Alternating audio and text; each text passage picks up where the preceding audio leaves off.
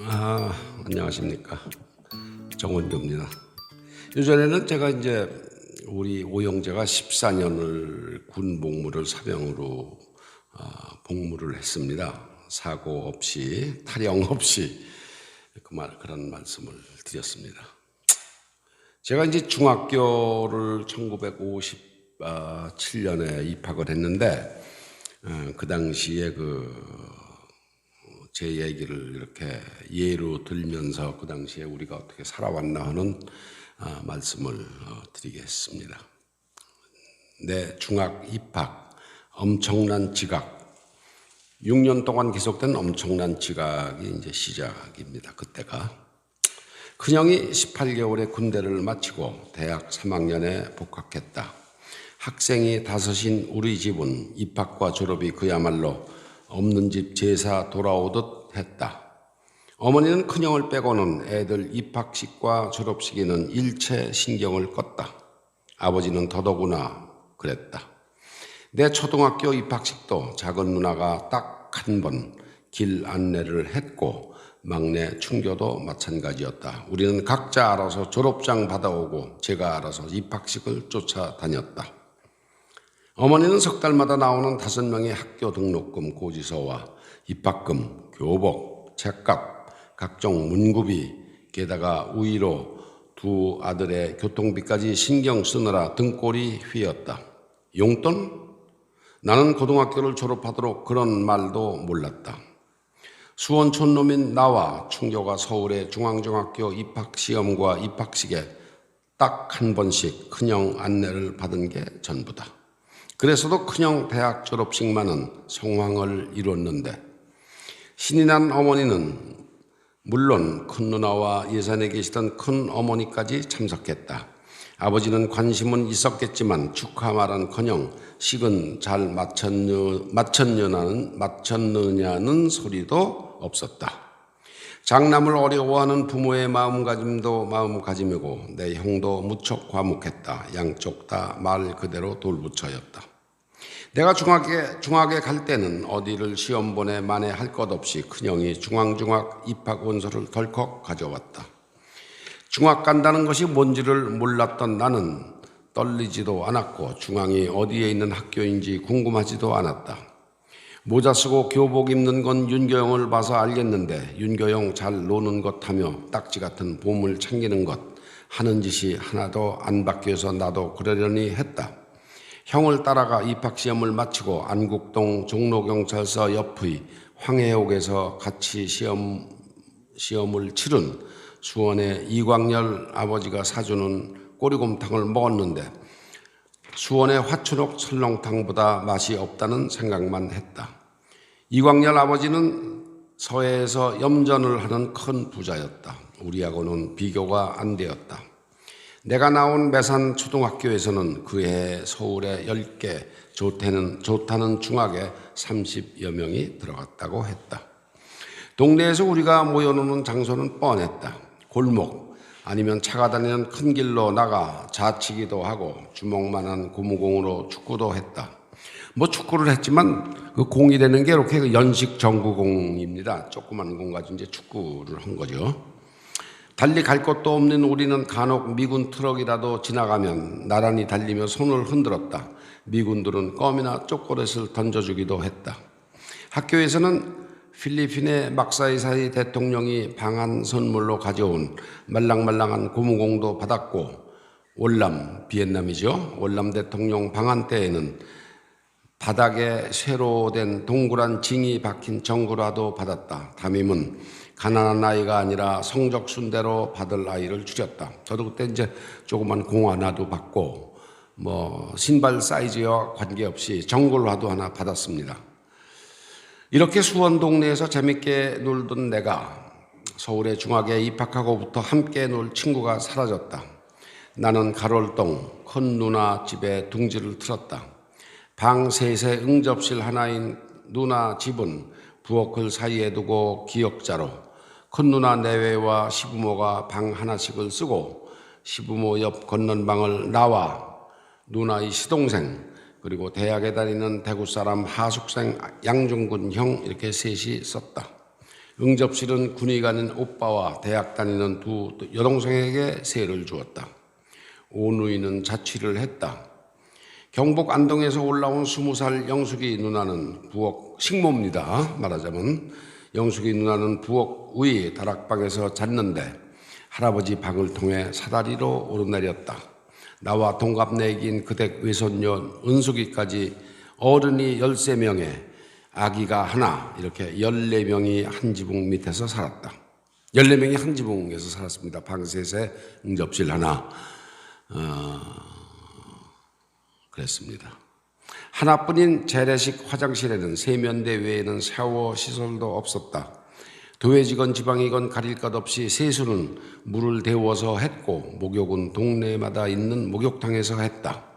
무뚝뚝하고 성질도 보통이 아닌 영숙이 누나는 새벽부터 저녁상을 거둘 때까지 정말 황소처럼 일했다. 시댁 먼 인척이 되는 이 누나에게 잘 보여야 도시락부터 빨래까지 도움을 받을 수 있었다. 큰 누나도 부엌을 벗어나기가 힘들었다. 집 짓는 대목으로 젊은 시절에는 큰돈도 벌어보고 호방했던 그 집 어른인 할아버지에게는 찾아오는 손님이 무척 많았다. 안동에서 올라오는 일가 친척은 모조리 인사차 들렀고 며칠씩 자기도 했다. 할아버지는 서울에 사는 당신 누님과 가족, 그리고 출가한 당신의 딸과 가족도 챙겼다. 머리도 비상하고 카리스마가 넘치는 이분의 결점은 술이었다. 막노동 일꾼들을 몇백 명씩 부리던 호탕한 기질이 몸에 밴 이분은 한 달에 한 번은 빼지 않고 큰 맥주 4병에 사업들이 4병입니다. 큰 소주 4병을 섞어 된통으로 들었다. 그러니까 큰 맥주 4병하고 큰 소주 4병을 섞어서 그냥 막 된통으로 드신 거예요. 전쟁을 겪으며 한창 일할 나이 50에 일선에서 물러난 당신의 답답한 심사를 그렇게 풀었다.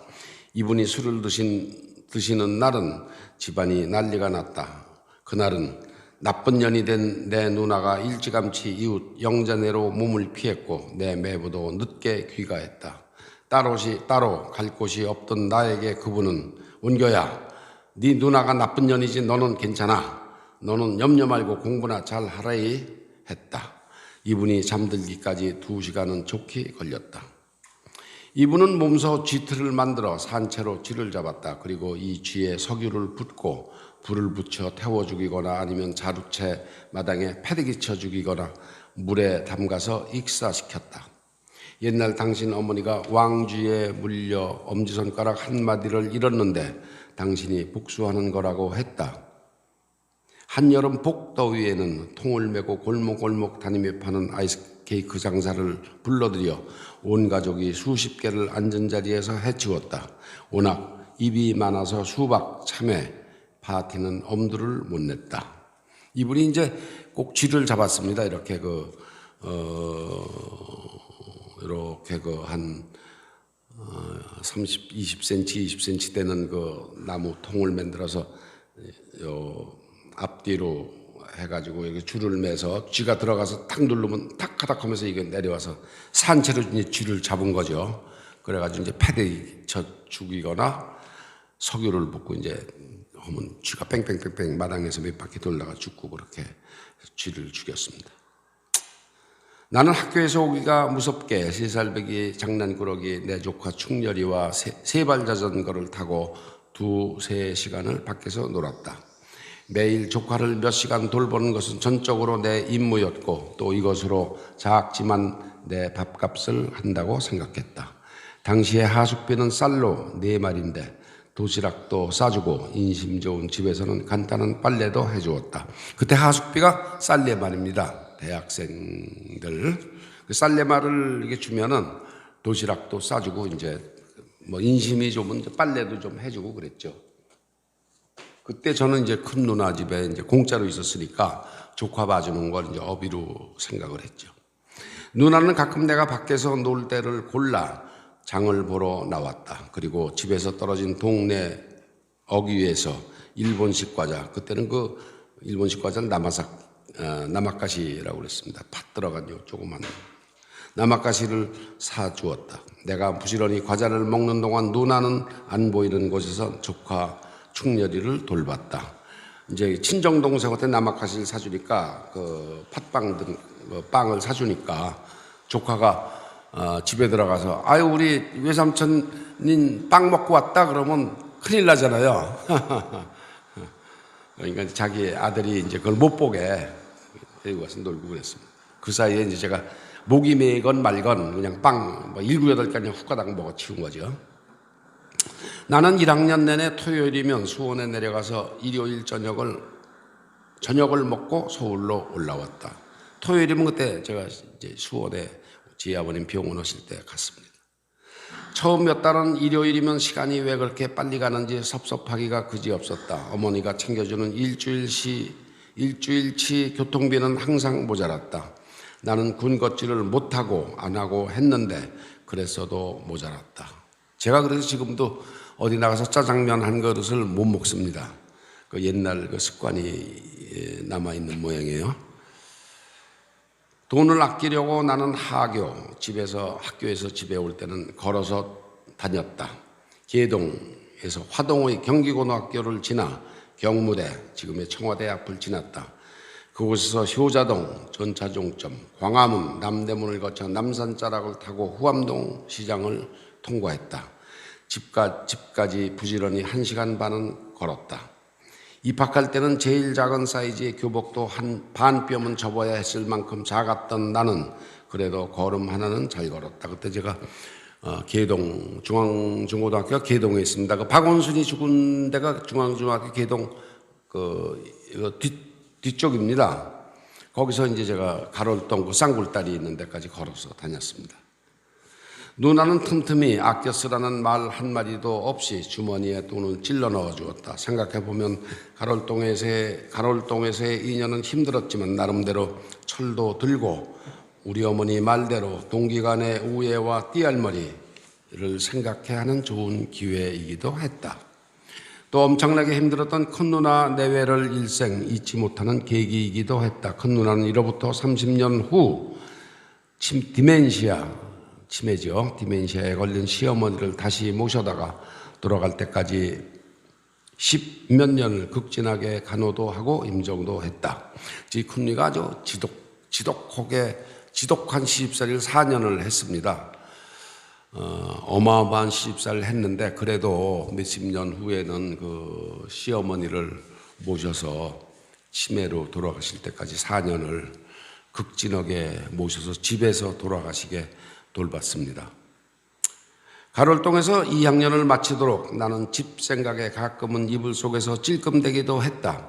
1학년 여름방학이 끝날 때 나는 아버지에게 밑도 끝도 없이 학교를 그만 다니고 철공소에 가서 기술을 배우겠다고 했다. 아버지는 회잔느저를 삥 돌려 외면하며 공부는 다 때가 있는 법이야 라고 딱 한마디 하였다. 제가 그때 뭐 이렇게 어렵게 다녀서 뭐 되겠나? 그냥 철공소에 가서 기술을 배워서 돈 버는 게 낫잖아.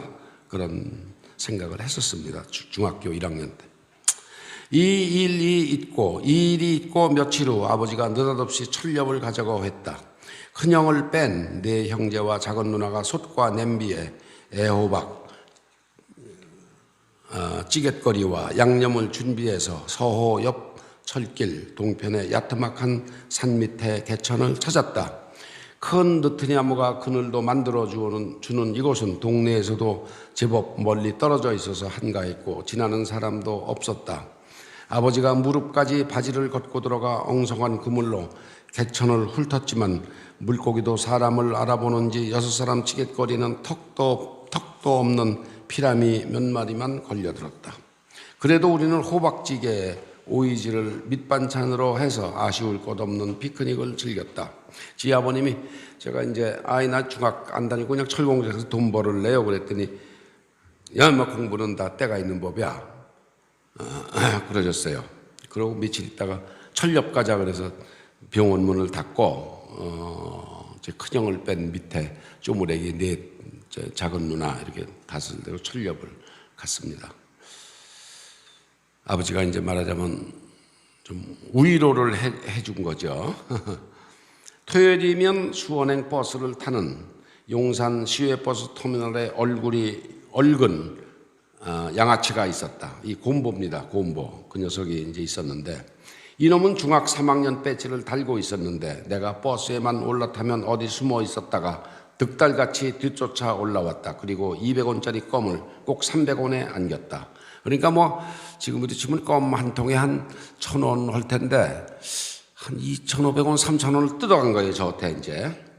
돈도 아깝고 속도 상했다. 하지만 내 주제에는 싸움으로 이길 재주도 배짱도 없었다. 그놈은 거의 그 버스정에서는 양아치 아니에요. 그죠? 그렇다고 언제까지 마냥 당하고 있을 수만은 없다는 생각이 들었다. 두어 달 생각 끝에 어느 날 내가 먼저 그놈을 찾았다. 그놈이 안 나타나서 제가 이제 그놈을 찾았습니다. 그리고 200원을 내밀며 껌 줘 했습니다. 뜻밖에도 이놈이 머쓱하며 누가 뭐래면 나 찾아 하고는 쑥스러운 듯 돌아서 내려갔다. 그 후로 이놈은 내게 다가오지는 않고 창밖에서 싱긋 웃기만 했다. 그래도 주머니에 칼 넣고 다니는 양아치인데 내가 스스로 쫄아서 가끔 자청해서 껌을 사주었다. 물론 300원에 뭐 쫄았죠. 제가 그때 양아치인데 칼 넣고 다니는 양아치인데 내가 열불나서 뭐 하긴 했지만 안 그렇겠어요? 물론 300원에 제가 사줬습니다. 사실 나는 이놈이 너 나를 어떻게 이렇게 보고 까불길 하고 쥐어박기라도 하면 어떻게 할지 대책은 없었다. 내 중학 생활은 들여다보면 시작부터가 엉망이었다. 제가 이제 중학을 들어갔을 때부터 이제 엉망입니다. 이게 들어보십시오. 입학식을 마치고 바로 그 자리에서 반을 나누는데 전체 480명을 모아놓고 나를 13번째로 불렀다. 이때 나는 눈치 빠르게도 내 입학 성적이 13등인 것을 알아챘다. 1등부터 8등까지를 1번부터 8번까지 순서로 집어넣고 9등부터 16등까지를 역으로 8번부터 시작해 1번까지 집어넣는 것이 내 눈에 보였다. 나는 4반 2번 등수로 13등임을 알았다. 하지만 의기양양했던 이 기분은 얼마 지나지 않아 새까맣게 탔다. 입학식을 마치고 교과서를 받자마자 대장염에 걸린 나는 집에서 3주를 고생했다. 헛것이 보일 만큼 고열로 죽다 살아났다. 회복이 가까우니까 이제는 학교 가기가 슬슬 겁이 났다. 눈치를 챈 아버지가 몸을 움직여야 병도 빨리 낫는 거야 하며 슬며시 내 등을 떠밀었다. 다른 과목은 눈치껏 하겠는데 영어만은 도저히 따라잡을 수가 없었다. 아이들은 이미 유니언이라는 영어 교과서를 펴들고 I am a boy를 술술 읽고 있었다. 나는 명사, 동사, 형용사란 말 자체를 몰랐다.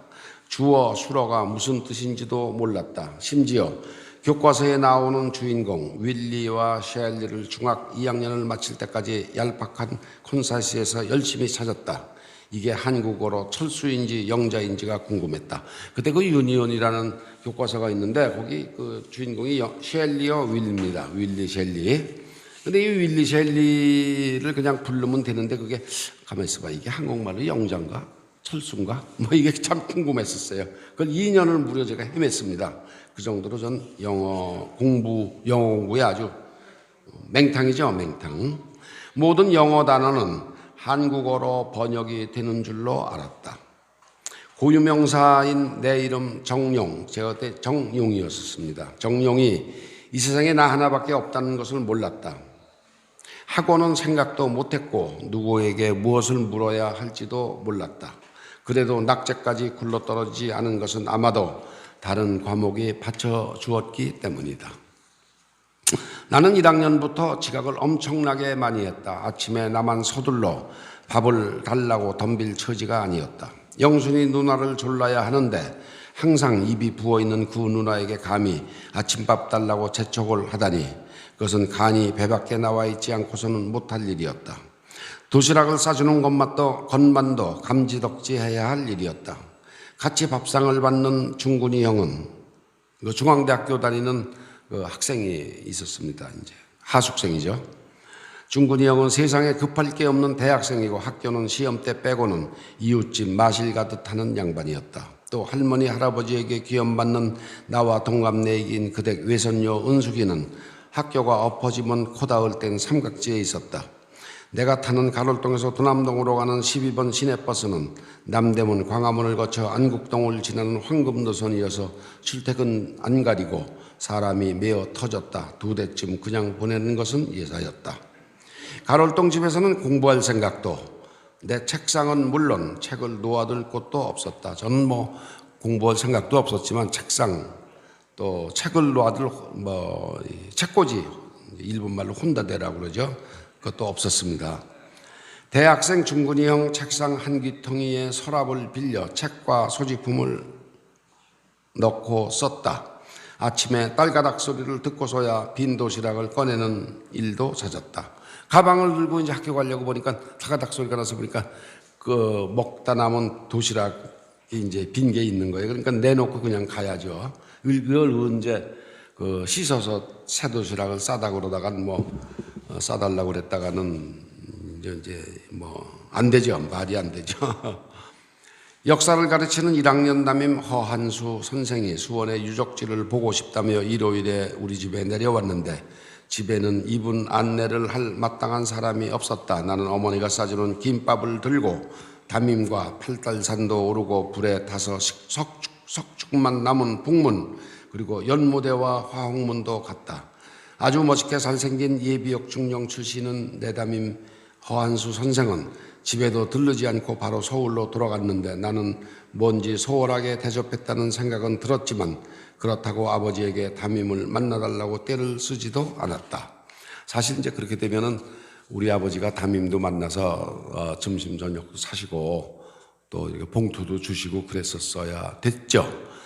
그렇게 못했습니다. 형편이.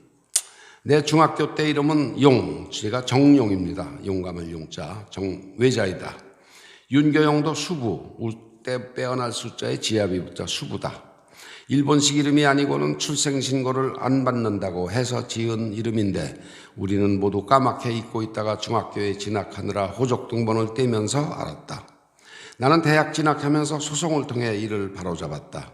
몇십 년이 흐른 지금 오랜만에 보는 내 고등학교 친구들은 공부도 못했고 존재감도 없던 나를 더구나 이름도 바뀌어서 잘 알아보지 못한다.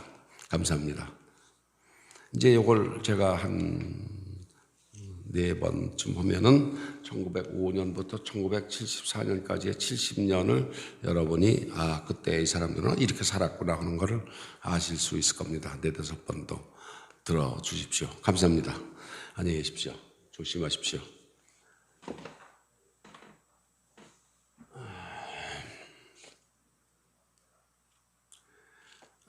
제가 이제 끝으로 호주의 그 전체 대학생이 한 120만 명 되는데 130만 명 되는데 44만 명, 호주 전체 대학생 44만 명, 30%인 120만 명 중에 44만 명이 유학생이랍니다. 호주에. 근데 이제 그 중에 40%니까 46, 한 18만 명이 중국 유학생이라고 그래요. 근데 호주에 있는 게 코울, 석탄, 또 철광석, 이 내추럴 가스밖에는 외국에 수출하는 게 없습니다. 근데 그래서 이게 44만 명 외국 유학생 어디서 걷어들이는 수입이 호주 외화 수입의 4위를 차지하는 58억 달러입니다. 이게 지금 이제 망가진 거죠. 호주가 큰일 났습니다. 여러분 앞으로 그 중국이나 러시아 여행 오실 때는 조심하십시오. 스파이 혐의를 들씌워서 가둬놓으면은 속절없이 몇 년 감옥 갑니다. 이북에서 미국 유학생 윈비어가 당한 거고 똑같습니다. 작년 8월에 그 우한에서 폐렴이 시작되는 보도가 있었습니다. 실제로는 11월 말에 했는데 실제로는 3개월 전에 시작되는 정보가 있어서 지금 그걸 조사하고 있습니다. 중국이 이제 감춘 거죠. 지금 중국에서 우한 폐렴 환자가 한 명도 발생하고 있다는 보도가 안 나오고 있습니다. 이게 상상이 가십니까? 아주 나쁜 나라입니다. 감사합니다.